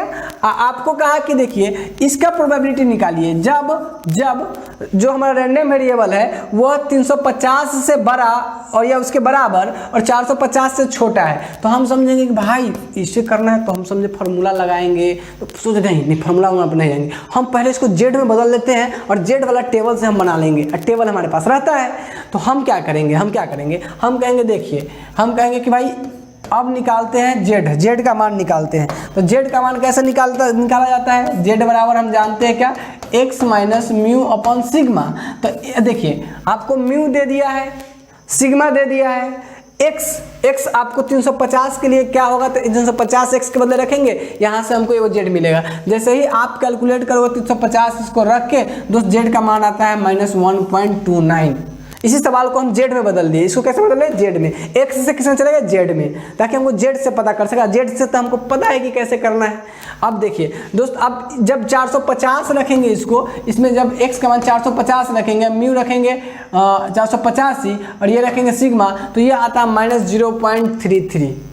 अब दोस्त इतना के बीच की एरिया हमको निकालना है, यानी इसका और इसके बीच का एरिया हमें निकालना है। दोस्त देखिए ध्यान से, कुल मिला के तो आपको क्या करना है, ध्यान से देखिएगा, आपको क्या करना है, देखिए इस पे हमको क्या करना है कि नॉर्मल हमारे जो वैल्यू कहाँ से कहाँ रहनी चाहिए, तो हमारी वैल्यू रहनी चाहिए जेड से, जेड के मान -1.29 से -0.33 के बीच का एरिया हमको चाहिए, वही इसकी प्रोबेबिलिटी हो जाएगा। -1.29 से 0.33 के बीच के एरिया चाहिए, वही इसकी प्रोबेबिलिटी हो जाएगी। चलिए तो आइए अभी बात करते हैं हम लोग। यहाँ पे देखिए, यहाँ पे कैलकुलेट भी किया गया है, देखिए सिग्मा 105 है, सारा चीज़ कैलकुलेट भी किया गया है ताकि आप देख सको अच्छे से।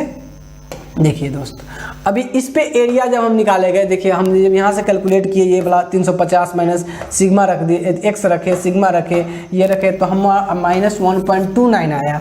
-1.29 पे अगर हम ऊपर से देखें एरिया, तो हमें एरिया मिल जाएगा आराम से, है ना। तो हम लोग यहाँ चूँकि माइनस जेड का मान माइनस में है, तो हमको पता है ऑलरेडी कि माइनस में कहाँ से देखिए, ध्यान से देखिए, ध्यान से, माइनस में ये पूरा यहाँ तक ही होता है, इसका वैल्यू खाली यहाँ तक होता है -1.29 से, -1.29 से। और ए वो क्या है, देखिए दूसरा जेड का वैल्यू क्या है, -0.33।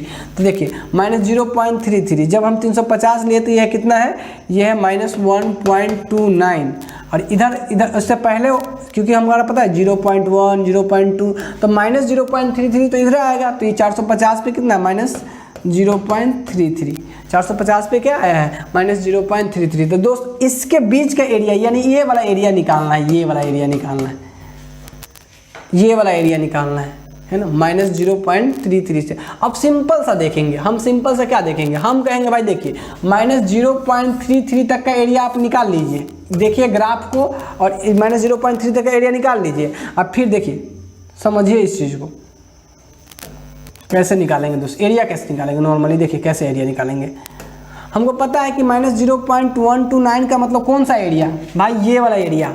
देखो छोटा छोटा पतला पतला बनाते हैं, ये वाला एरिया देखिए, ये वाला एरिया, क्योंकि इससे पहले का यही एरिया बनेगा, क्योंकि आपको पता है कि -1.029 का मतलब हुआ -0 से -∞ से -1.2। अच्छा, -0.33 का मतलब क्या हुआ, ये पूरा एरिया, माइनस यहाँ से लेके -∞ से लेके ये पूरा एरिया। तो हमको कौन सा एरिया चाहिए था, हमको इसके और इसके बीच का एरिया चाहिए था, मतलब ये वाला एरिया निकाल देते तो हमारा रिक्वायर्ड प्रोबेबिलिटी मिल जाता। तो हम सोचे कि भाई ये पूरा यहाँ से लेकर ये पूरा एरिया, तो -0.33 के पॉइंट से जो एरिया आएगा वो मिल जाएगा।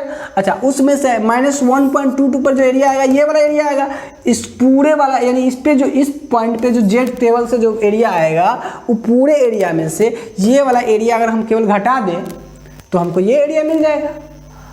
ये एरिया निकालना अगर हमें है दोस्तों तो हमको कुछ नहीं करना है, टेबल में इसकी वैल्यू देखनी है, इसकी वैल्यू में से इसकी वैल्यू घटा देना है, ये वाला एरिया आ जाएगा, सिंपल। तो वो क्या करेंगे हम लोग, यहाँ से टेबल देखेंगे, टेबल में वैल्यू देखेंगे, -0.33 पे क्या होगा, सिंपल। तो देखिए -0.33 पे जो यहाँ पे एरिया लिखा गया एरिया है ना, आप उसकी चिंता ना करें, आप उसको देख सकते हैं टेबल में, आपको टेबल देखना सिखा दिए।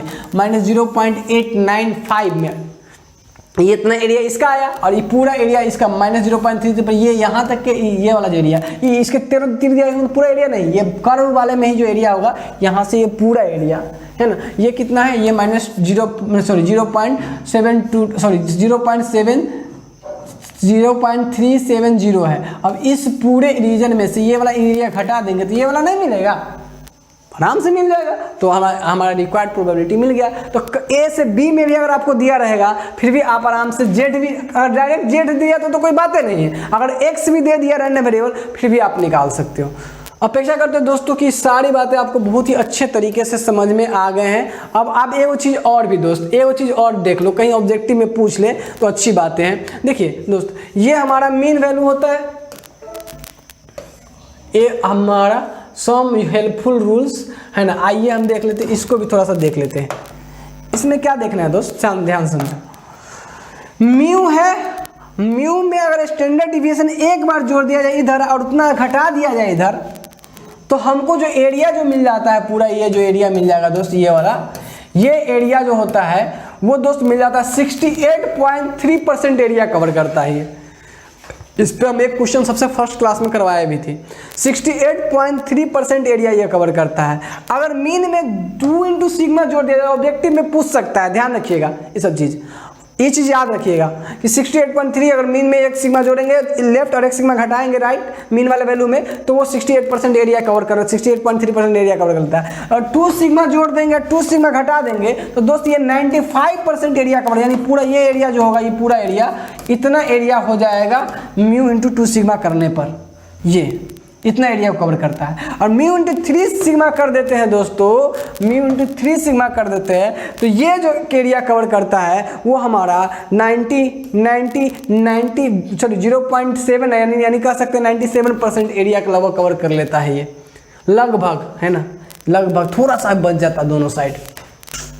ठीक, तो यही आपको बताया गया है, तो आप चिंता ना करें और ये आप ये मेमोराइज कर ले, ये वाला रूल्स आप मेमोराइज कर ले। ये याद रखिएगा कि म्यू के सिग्मा जोड़ेंगे इधर इधर तो 68.3% एरिया कवर करता है, हम इधर जोड़ेंगे इधर घटाएंगे, और म्यू के राइट साइड में 2 सिग्मा जोड़ेंगे उतना ही 2 सिग्मा, तो देखेंगे तो पूरे एरिया को तो 95.4% एरिया कवर करता है।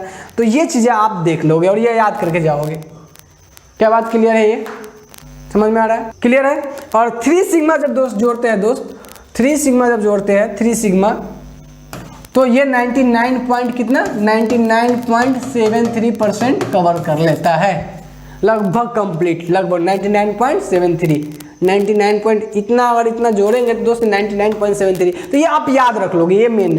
अब बस क्या सर अब क्या करवाइएगा, अब कुछ नहीं, एक दो प्रॉब्लम करेंगे, सिंपल बेसिक प्रॉब्लम, जिससे हमारा अभी ऐसा अगर आएगा तो आप तो गर्दा उड़ा दोगे।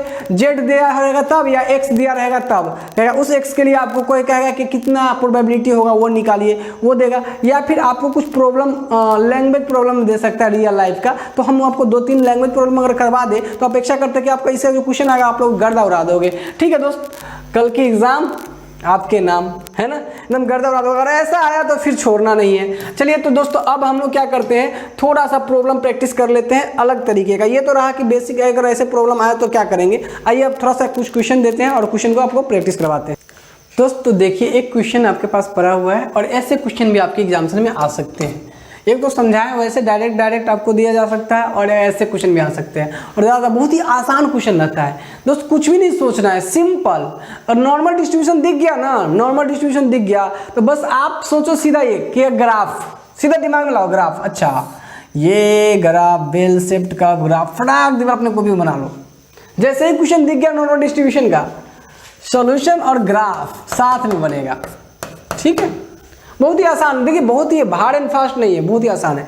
अब देखिए अब पढ़िए क्वेश्चन क्या कर रहा है। पहले तो नॉर्मल डिस्ट्रीब्यूशन तो ग्राफ, है ना। अब क्या कर रहा है देखिए, अ सैंपल ऑफ 1000 बल्ब, 1000 बल्ब का एक सैंपल है। ठीक है, बनती है अति में, क्या कहते हैं उसको, इंडस्ट्री में जब बनती है तो इज डिस्ट्रीब्यूटेड नॉर्मली, है ना, विथ मीन लाइफ इतना आवर। मतलब मीन लाइफ समझ में आ रहा है, एवरेज लाइफ उसकी जो है वो 1620 घंटे की। मतलब टेस्टिंग किया जाता है ना लगभग बल्ब सबका, तो लगभग बल्ब सबका जो आता है मीन लाइफ वो म्यू जो आता है 16। तो आपको इतना नहीं समझना, आप सीधे समझना क्या मीन दिले है। अच्छा मीन दिले गिवन डेट, क्या करेंगे आप सीधे जैसे ही देखिएगा ना, देखिएगा मीन दिले है तो मीन म्यू दिले, बस इतना सीधे दिमाग। मीन दिया है मतलब 1620, इतना सीधे दिमाग लगाएंगे।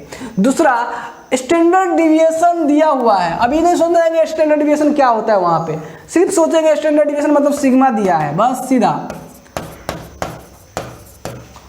Number of bulbs which would die out after a useful life of 900 hour. अब देखिए हमसे पूछ रहा है कि 900 आवर के बाद कितने बल्ब खत्म हो जाते हैं, मतलब डाई आउट आफ्टर 900, मतलब कितने बल्ब ऐसे हैं जो 900 घंटा तक जलता है, उसके बाद वो खराब होता है। स्वाभाविक बात है, हम लोग लाते हैं तो मान लो कोई बल्ब 15 दिन में मर जाता है, कोई बल्ब मर जाता है मतलब डेड हो जाता है, कोई बल्ब बहुत दिन तक चलता है। तो हम लोग पब्लिक का डिमांड क्या होता है कि भाई जो ज़्यादा दिन तक चले वैसा बल्ब चाहिए। तो सीधा सा कॉन्सेप्ट है इस तरह का क्वेश्चन में। अब देखिए कि अब आपसे पूछ रहा है कि भाई देखिए इस सब केस में जब कंपनी वाला ऐसे ही यूज करके ये सब चीज़ चेक कर लेता है कि लगभग हमारा क्या स्थिति चल रहा है, वो चेक करने का यही तरीका है कि हमारे बल्ब की जो मीन लाइफ सब किस तरह का बिहेव कर रहा है। अगर वो पता रहता है तो समझता है कि जो बल्ब जा रहा है मतलब हमारी कंपनी आगे ग्रोथ करेगी। क्योंकि अगर कोई कंपनी बनाएगी बल्ब और तंगे दिन पर 2 दिन पर इसका खराब हो गया, 4 दिन पर उसका खराब, 5 दिन कंपनी का बल्ब अगला दिन से कोई खरीदेगा नहीं खरीदेगा। तो इस तरह से चेक किया जाता है। तो कह रहा है कि देखिए वो मतलब एवरेज जितने भी बल्ब है उसमें से देखिए उसका जो एवरेज जो मीन लाइफ उसका डिसाइड किया गया कि इतना आवर तक चलेगा। अब स्टैंडर्ड डिविएशन मतलब इतना कमी बेसी हो सकता है। आपको नहीं सोचना कि कितना कमी बेसी, हम क्या समझा रहे हैं, आप सिर्फ देखना कि मीन दिया है, सिग्मा दिया है ना। आप खाली आपको टोटल दिया है, 3-4 कॉन्सेप्ट पूरे क्वेश्चन में आपको नजर आएगा। टोटल कितना है, मीन कितना है, स्टैंडर्ड डिविएशन कितना है ना। आप चौथा क्या सोचना रहेगा, एक्स किसको लेंगे। तो आपको कह रहा है कि कितना यूजफुल बल्ब का जो डाई आउट हो जाएगा आफ्टर 900 घंटा के बाद। तो हो सकता है कि कोई जो होगा 900 घंटा के बाद कितना होता है, तो 900 घंटा के बाद 900, 1 घंटा के बाद कोई होता है 900, 2 घंटा के बाद होता है। तो कितने बल्ब ऐसे हैं, तो हो सके ऐसे बल्ब 900 घंटा के बाद जलने वाला जो बल्ब होगा वो 1 हो सकता है, 2 हो सकता है, कितने बल्ब हो सकता है हमको नहीं पता। तो हमको 900 आवर जो है जो भी दिया रहेगा, एक होगा टोटल, एक हो गया मीन, एक हो गया मीन और एक हो गया क्या स्टैंडर्ड डिविएशन, और चौथा एक्स, चौथा रहेगा उसको एक्स। तो सीधे आप इतना ही कॉन्सेप्ट लगाना है आपको। चौथा आपका हो गया 9 आवर्स जो हो गया आपका एक्स हो गया। अब दोस्त इसके लिए आपको जेड निकाल लेना है, सीधा दिमाग लगाना है जेड बराबर x minus mu upon sigma. बस आपको इतना दिमाग लगाना है। और यहाँ से आप यहाँ से एक्स का मान 900 माइनस म्यू है 1620 अपॉन इसका हो जाएगा कितना वो 300, है ना। इसको डिवाइड करके दोस्त कितना कैलकुलेट करके आता है, हम डायरेक्ट वैल्यू यूज कर लेते हैं, आपको इक्वल में तो आप लोग को आराम से आएगा दोस्त। इसका जो मान आता है -2.4 आता है। जेड आ गया तो आपके पास दो ऑप्शन है, आपके पास दो ऑप्शन है। इस जेड के लिए हम वैल्यू निकालने जाएंगे तो देखिए ये आपका म्यू इक्वल टू 0 होता है, म्यू इक्वल टू 0 यहाँ से हमको पता है। और यहाँ देखिए ध्यान से, ये आपको देखिए जेड जो होगा वो -1 होगा, -2.4, तो मान लीजिए यहाँ कुछ है इस तरह से, -2.4 है इस तरह से। मतलब हमको ये वाला एरिया निकालना है, ये वाला एरिया निकालना है, ये वाला पूरा एरिया निकालना है कि नहीं। अब हमको पता है जेड इक्वल टू -2.4 का वैल्यू कैसे देखते हैं, जितना वैल्यू आएगा वो इसकी प्रोबेबिलिटी आ जाएगी, है ना। पी जेड का मान आ जाएगा, यानी पी जेड कहने का मतलब हुआ, पी जेड कहने का मतलब हुआ यहाँ पे कि पी जेड बराबर दोस्त, पी जेड कहने का मतलब हुआ कि वही प्रोबेबिलिटी आ जाएगा जो हमारा एरिया आता है, वही ना होता प्रोबेबिलिटी। तो ये हो जाएगा पी -2.4 दोस्त, ये बराबर आ जाएगा, ये बराबर आ जाएगा, है ना। ये बराबर किसका आ जाएगा दोस्त, ये बराबर एरिया का आ जाएगा। और आपके पास एरिया देखने का तरीका वो पुराना वाला, टेबल ले जाइएगा तो टेबल से एरिया देख लीजिएगा, नहीं तो यहाँ पर ये देखिए ये कंडीशन हमको टेबल ना ले जाएंगे ना, तो ये दिया हुआ बनाने के लिए बिना टेबलों को बना लेंगे। ये कथी कहा है कि जब z 2.4 होता है, जब z 2.4 होता है तो एरिया जो होता है वो इतना रहता है, 0.489 होता है। ध्यान देखिएगा, जब z इक्वल टू 2.4 होता है दोस्तों, एरिया कितना होता है 2.4। तो जब एरिया 2.4 तो एरिया इतना दिया है, तो देखिए ये आपको इसका प्लस में दिया हुआ है, इसका प्लस में दिया हुआ है तो 2.4, तो सिमेट्री से देखेंगे तो जितना एरिया ये होता है उतना ही एरिया ये वाला भी होता है 2.4 पे। तो दोस्त ध्यान से करेंगे कि यहाँ 2.4 का सेम एरिया हो जाएगा, मतलब ये वाला रीजन दिया आएगा आपको कितना, इसका एरिया होगा 0.498, ये दिया हुआ है। आप चाहो तो अब किससे देख लोगे, आप सिंपल जेड टेबल से आप आराम से एक के बार में लिख दोगे, सिखा दिए हैं। और ये क्या करेंगे, ये एरिया हमको जब दे दिया था पूरा एरिया क्या 0.5 में है, तो 0.5 है तो हम रिक्वायर्ड एरिया कैसे निकाल लेंगे, हमको रिक्वायर्ड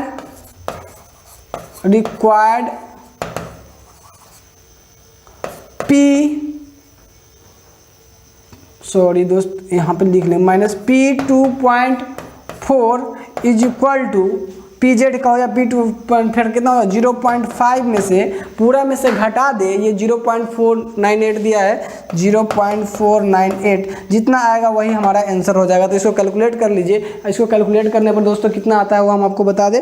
ये आता है दोस्तों 0.00082। आपको ये डायरेक्ट आपको ऐसे भी निकाल सकते हो, किससे निकाल सकते हो आप 0.0082 आप किससे निकाल सकते हो दोस्तों, वो वाले फार्मूला, कौन वाला फार्मूला जो आप टेबल वाले जो फार्मूला आपको बताए हैं उससे निकाल सकते हो। अच्छा, ये हमें जब समझ में आ गया कि भाई ये इतना आएगा, तो ये तो आपको प्रोबेबिलिटी आया। अब क्या करना है दोस्त, ये पूछा है कि कितना टोटल नंबर ऑफ बल्ब होगा, वो पूछना है ना। तो टोटल वाले में जितना रहेगा ना उसमें इस प्रोबेबिलिटी जो आएगा उस प्रोबेबिलिटी से मल्टीप्लाई कर देना है, जितना रहेगा उस प्रोबेबिलिटी से क्या करना है मल्टीप्लाई। तो जैसे एक प्रोबेबिलिटी से मल्टीप्लाई करेंगे 0.0082 से, तो 1000 so number of bulb die out after number of bulbs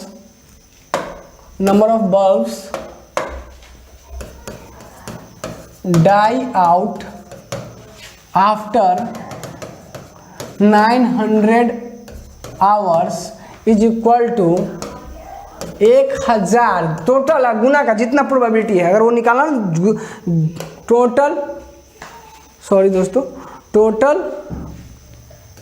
total गुना का जितना हमारी प्रोबेबिलिटी 0.082 नेक्स्ट में गुना 0.082 दोस्त। जैसे ही इसको गुना करेंगे ये हमारा आ जाएगा 0.0082 दोस्त। जैसे इसको मल्टीप्लाई करेंगे तो ये आ जाएगा 8.2, यानी हमारे पास जो आएगा वो आएगा लगभग क्या आएगा, लगभग 8 बल्ब्स। कितना आएगा दोस्त, लगभग 8 बल्ब। समझ में आया दोस्तों, कैसे करना है, कुछ नहीं करना है, आपको दिमाग ज़्यादा लगाना नहीं, सवाल में फिल्टर कर लेना है। क्या दिया है, अच्छा मीन दे दिया है, क्या दिया है, मीन दिया है, स्टैंडर्ड डिविएशन दे दिया है, x चूज कर लेना है, टोटल दिया हुआ है। अब पहले से प्रोबेबिलिटी निकालनी है, कोई संख्या अगर निकालना हो ना तो उसको जो दिया रहेगा उससे गुना कर देना है। चलिए एक प्रॉब्लम और करवा दे, उसके बाद रहने देंगे, है ना। चलिए तो एक प्रॉब्लम और करवाते हैं आपको दोस्त। अब इस क्वेश्चन को करने के बाद आई थिंक एटलीस्ट आपके जितने भी क्वेश्चन आएंगे सारे तरह के क्वेश्चन आप करने लायक बन जाओगे, और बहुत ही अच्छे से जितने भी अगर बात समझाएं आप नॉर्मली, कुछ ज़्यादा तो याद करने वाला इसमें रहा नहीं, बस खाली तरीका सब कर लेना है। तो बस आपको क्या करना है, जेड टेबल लेते जाना है, कुछ ज़्यादा कीजिएगा कि लेते जाइएगा तो मज़ा आ जाएगा, है ना। और बाकी अगर नहीं ले जाते हो तो अगर सवाल में दे दिया तो ठीक है, नहीं दिया तो फिर आपको प्रॉब्लम आएगी। लेकिन जेड टेबल ज़्यादातर कोशिश किया लेते जाने का, है ना। और जेड टेबल ले कहाँ जाओगे, नेट से डाउनलोड कर लो, प्रिंट निकलवा लो, एग्जाम्सन में लेके जाओ। कहता है कि क्या, तो कहिए कि एग्जाम्सन में अलाउड है ना, कोई दिक्कत नहीं है। ज़्यादा कुछ करेगा अपने ऊपर आगे ही रखो, पूछेगा क्या है, जेड टेबल अलाउड है ना। ठीक है दोस्तों, तो कोई दिक्कत नहीं है। अब देखो, अब इस क्वेश्चन को करना, इसमें हम सारे तरह के क्वेश्चन को क्रिएट करके रख लिया। अब इस क्वेश्चन को करने के बाद हमें कोई क्वेश्चन करने की जरूरत नहीं, जितना भी हम करवा दिए वो सफिशिएंट है आपके एग्जाम्सन के पॉइंट ऑफ व्यू से। इसी कैटेगरी में से कोई क्वेश्चन रहेगा अगर रहना होगा तो आता ही है लगभग हर एक बार। तो देखिए, in a sample of 1000 cases the mean of the certain test is 14। हम लोग क्या समझे हुए, एकदम सिंपल तरीका रखे, कुछ नहीं सुनेंगे, सीधा देखेंगे टोटल कितना था, टोटल 1000, टोटल कितना 1000। ठीक, हमने कहा मीन दिया, अच्छा क्या बात है, मीन दिया मतलब गिवन डेट में हम लोग लिखेंगे क्या, गिवन डेट दोस्त, गिवन डेट। हम अभी आपको क्वेश्चन भी नहीं समझाएंगे, बस आप जैसे हम कर रहे हैं ना, हालांकि क्वेश्चन बहुत हार्ड एंड फास्ट नहीं है, बहुत ही सिंपल है। और इस तरह के क्वेश्चन हम आपको फर्स्ट लेक्चर में बढ़िया से एकदम समझा के मुझे लगता है 30-35 मिनट में एक क्वेश्चन समझा के करवाए होंगे, है ना। तो अभी हम लोग क्या करते हैं, कैसे आपको एग्जाम्सन में अटेम्प्ट लेना है, एग्जैक्टली जैसा आप करोगे एग्जैक्टली हम अभी आपको समझाते हैं। हम क्या करेंगे, अभी जितना कॉन्सेप्ट समझाए, टोटल इतना है। अरे मीन दे दिया, mean life certain test is दिया, मीन दिया, mean of the certain test is 14। अरे गिवन डेट, और टोटल कितना दिया है, टोटल दिया है, लिख लिए 1000 केस, उसमें से मीन दे दिया है म्यू, हमें दे दिया कितना 14। अच्छा दोस्त, और क्या दे दिया, स्टैंडर्ड डिविएशनो दे दे है 2.5। अच्छा, assuming the normal distribution to be normal, हमको कहा दिया कि डिस्ट्रीब्यूशन नॉर्मल है, हमने समझा नॉर्मल है तो कोई बात नहीं, चलो गर्दा और उड़ाएंगे।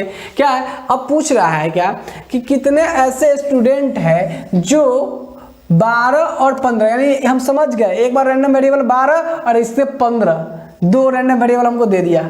यही 4 चीज़ तो हमें मिलता है इसमें, टोटल, मीन, स्टैंडर्ड डिविएशन और रैंडम वेरिएबल। तो एक बार रैंडम वेरिएबल 12 है और एक बार में 15 है, यानी x का मान एक बार 12 दिया है और x का मान 12 से 15 के बीच जो होगा वो कितना आएगा केसेस। तो हमको क्या करना है, सबसे पहले हम समझ गए कि 12 से 15 के बीच का प्रोबेबिलिटी निकाल के 1000 में गुना कर देंगे तो उसके बीच जितना होगा सब मिल जाएगा। हमको पता है कि प्रोबेबिलिटी से टोटल में गुना करेंगे तो जितनी संख्या वो मिलना है, समझना है, इतना ही करना है। तो बस हमें क्या करना है दोस्तों, कुछ नहीं करना है, हमको 12 से 15 के बीच x बराबर 12, पहला क्वेश्चन के लिए कर लेते हैं, x बराबर 12 टू x बराबर 15, यानी एक बार में x बराबर 12 लेना है, एक बार में x बराबर 15 लेना है, इसके बीच निकालना है। तो हम लोग क्या करेंगे, पहले इसके लिए x बराबर 12 के लिए z निकालेंगे, तो z बराबर हो जाएगा, निकालेंगे z बराबर क्या निकालेंगे, 12 माइनस का म्यू कितना 14, हमको पता है x माइनस का म्यू अपन दोस्त ये हो जाएगा एस डी में सिग्मा, यानी 2.5। इससे हमको जेड मिल जाएगा यहाँ से दोस्त। इसका दूसरा जेड कैसे मिलेगा, जेड बराबर मिल जाएगा यहाँ 12 माइनस 14 बट्टा का 2.5, ये यहाँ से दोस्त जेड मिल जाएगा एक, तो 2 जेड मिल गया। मतलब यहाँ से हमको जेड का मान कितना आ रहा है, हम डाटा लेना चाहेंगे। यहाँ से डाटा आ रहा है आपका -0.8, ये आ रहा है दोस्त -0. आप लोग देख लीजिएगा, ऐसा कोई बात नहीं है, तो कैलकुलेशन आप जानते हैं, देख लीजिएगा इसको दोस्तों। यहाँ से कैलकुलेशन आ रहा है 0.4, हम नहीं चाहेंगे कि आप ज़्यादा टाइम वेस्ट करो, बाकी कैलकुलेशन आप जानते हो, कैलकुलेटर लेके जाओगे 0.4। ठीक है दोस्त, यहाँ तक बहुत ही बढ़िया से क्लियर है ये कॉन्सेप्ट। अब दोस्त यहाँ तक करने के बाद अब आपको मिल गया कि z इक्वल टू यहाँ से यहाँ होगा तो क्या होगा, तो चलिए इसको ग्राफ से बताते हैं, -0.8 से 0.4 पे। तो हम लोग कहेंगे अच्छा लीजिए पहला क्वेश्चन है ना, इसमें 3 तरह का क्वेश्चन है, कहाँ से कहाँ तक देखिए, माइनस कहाँ से कहाँ था, जेड का मान कहाँ से कहाँ आया दोस्त, -0.8 से 0.4 तक, -0.8 से इधर आएगा 0.4 तक, यानी आपको पता है, ध्यान से देखिएगा, हमको क्या निकालना है, -0.8 से लेकर 0.4 तक का एरिया निकालना है, ये वाला एरिया निकालना है। है ना। अब हमको क्या करना होता है दोस्त, हम कुछ नहीं करते, हम सिंपली क्या करते हैं, देखिए हम क्या करते हैं, अगर हम जेड टेबल अगर ले गए होते तो 0.8 तक जो एरिया आता है, ये वाला एरिया आता है, देखिए ब्लैक कलर से कर लेते हैं, 0.1 तक जो एरिया आता है, ये वाला एरिया आता। अगर हम 0.5 में से पूरा ये 0.5 होता है, 0.5 होता है, ये पूरा दिख रहा है ना दोस्तों, 0.5 होता है दोस्तों ये वाला एरिया पूरा यहाँ से यहाँ तक। तो इसमें से ये जो हम टेबल का देख लेते कि 0.8 पर कितना रहा, एरिया निकाल लेते, तो ये वाला एरिया मिल जाता। अब प्लस क्या कर लेते दोस्त, ये वाला, ये 0.4 पे देखते तो ये वाला एरिया मिल जाता, तो इसको 0.5 में से घटाते तो ये वाला रीजन मिल जाता, और इस दोनों को क्या करते, जोड़ देते। यही करते हैं हम लोग, सिंपल। अब हमको जेड इतना करना आपको सिखा दिए है कि क्या निकालना है, पी जेड कहाँ से कहाँ, -0.8 से जो जेड की वैल्यू हो बड़ा या बराबर के लेके ये 0.4, ये दिया क्या है, ये कह रहा है कि उससे इतना और इतना के बीच में हो, बिटवीन दिया था, इक्वल टू नहीं होगा दोस्त, बिटवीन दिया था इक्वल टू नहीं होगा, बिटवीन दिया है तो इक्वल टू नहीं होगा, बिटवीन दिया है तो इक्वल टू नहीं होगा, जेड का मान यहाँ से यहाँ के बीच हो तो क्या प्रोबेबिलिटी आएगा, तो इसकी प्रोबेबिलिटी कुछ नहीं करेंगे हम लोग, सिंपल क्या करते, 0.5 माइनस इस पे जो 0.5 माइनस पी जो आएगा कितना, जेड का मान जो है -0.8 पे आएगा, उसको घटा लेंगे, प्लस 0.5 माइनस पी कितना पे आएगा दोस्त, देखिए तो पी कितना पे, 0.4 पे जो प्रोबेबिलिटी हो, जो हमारा जेड का 0.4 पे जो वैल्यू होगा उसको घटा के दोनों को जोड़ लिए या ये वैल्यू लिख देंगे, यही हमारा यहाँ से कुछ प्रोबेबिलिटी आ जाएगा। और ये प्रोबेबिलिटी करके आता है दोस्तों, कितना आ रहा है एग्जैक्टली, ये आपको आ रहा है 0.4435। दोस्तों इस समझ में आया होगा आपको कि कैसे निकाला गया, कुछ भी नहीं किया है। अब इसे अब देखिए -0.8 से 0.4 के बीच निकालना आपको सिखा दिए, जेड वैल्यू देखेंगे टकाक टकाक ये, और नहीं तो दोस्तों देखिए आपके सवाल में एक चीज़ दिया गया है, आपके सवाल में एक चीज़ दिया गया है, वो क्या दिया गया है सो देखिए, आपके सवाल में एक चीज़ दिया है, वो क्या दिया है सो देखिए गौर से। आपके सवाल में दिया है कि जेड बराबर 0.8 पे एरिया दिया हुआ है, जेड बराबर कहाँ से कहाँ, देखिए ध्यान से, जेड बराबर 0.8 पे दिया है, जेड बराबर 0.4 पे भी दिया हुआ है, 0.4 पे दिया है, 0.8 पे भी दिया हुआ है, तो टेंशने ख़त्म कर दिया है।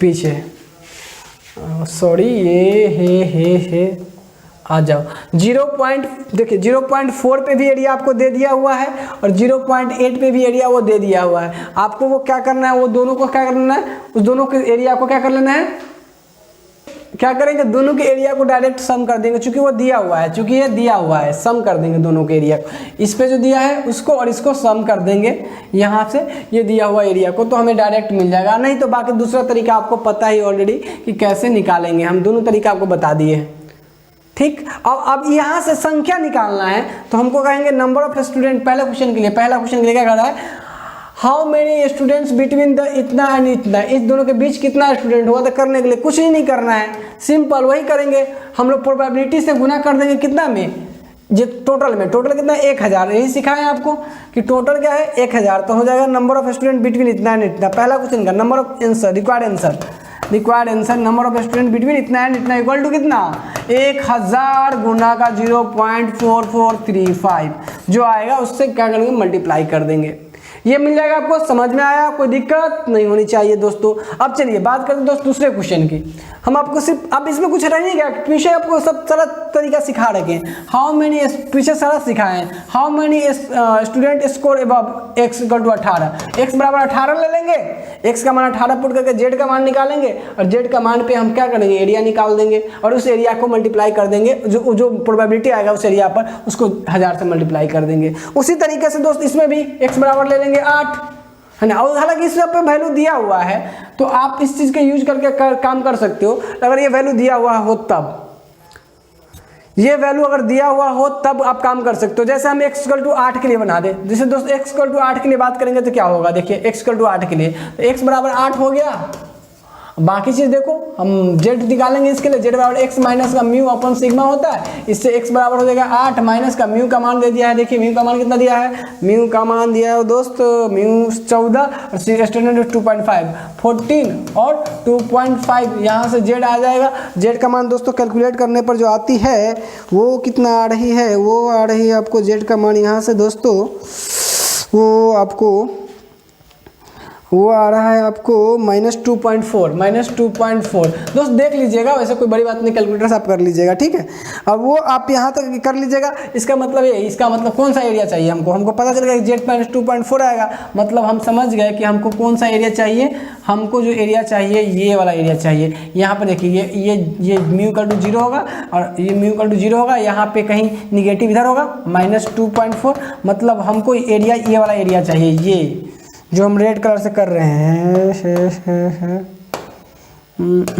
ये रेड कलर वाला एरिया चाहिए, इतना एरिया चाहिए। तो हमको पता है ऑलरेडी, हम देखेंगे कि हमको दिया क्या है। तो जेड, हालांकि हम अगर टेबल से देखें तो टेबल से तो एक के बारे में -2.4 देख के डायरेक्ट निकाल देंगे, लेकिन अगर टेबल तो हमको वहाँ से ये मिल जाएगा, क्या जानेंगे, पी जेड हमको मिल जाएगा।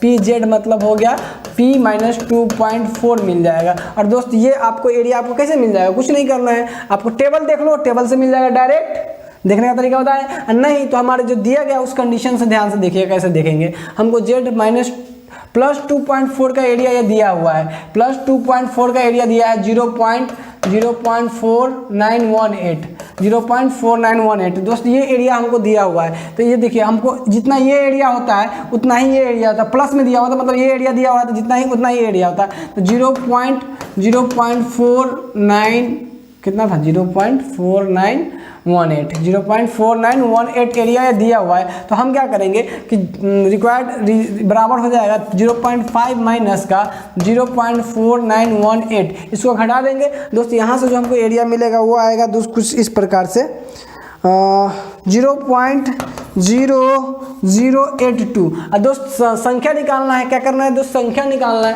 क्या करना है, how many student score below 8 number of student score below 8, so number of students score below it is equal to हो जाएगा दोस्त, और टोटल कितना है 1000 बच्चा को इस वाले प्रोबेबिलिटी से गुना कर देना है 0.0082 बराबर जितना आएगा, ये करीब करीब दोस्त इतना आ रहा है 8.2 आ रहा है, 8.2 मतलब 8.2, तो 8.2 बच्चा थोड़ी ना होगा, तो 8 को बच्चा होता, लगभग कितना होगा, लगभग 8 बच्चा होगा, ठीक है दोस्तों। तो कुल मिला के कहना यह है मेरा कि अगर आपको नॉर्मल डिस्ट्रीब्यूशन का कोई प्रॉब्लम आता है तो जो बोले सो निहाल, है ना, सब गर्दा उड़ा देना है, छोड़ना नहीं है। मतलब कुल मिला के आपको हमने जितने भी पॉसिबिलिटी थी, सारे प्रॉब्लम और सारे कॉन्सेप्ट हम लोग डिस्कस कर लिए कंटिन्यूअस, लगभग 1-1.5 घंटे की वीडियो लगातार हमारी हुई होगी। तो दोस्तों अब देखो ध्यान से, अब आपकी ये लास्ट है और आप लोगों को एकदम जम के कल मेहनत करके एकदम मन से एग्जाम देना है, उड़ा देना है गर्दा हम लोगों को, एकदम कोई टेंशन लेने हुए बिना एकदम रिलैक्स मोड में एग्जाम देना है।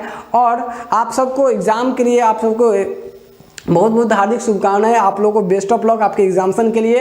आप लोग बहुत अच्छे से मेहनत करो, और हम लोग सब ने मिलकर बहुत मेहनत किया है इसमें। और बाकी एग्जाम्सन दे के आओ, अगर एग्जाम्सन दे के आओ तो ज़रूर कमेंट करो कि एग्जाम्सन कैसा रहा नहीं रहा, वो ज़रूर हमें बताना दोस्तों, क्योंकि हम दोनों ने बहुत मिलकर बहुत मेहनत किया है।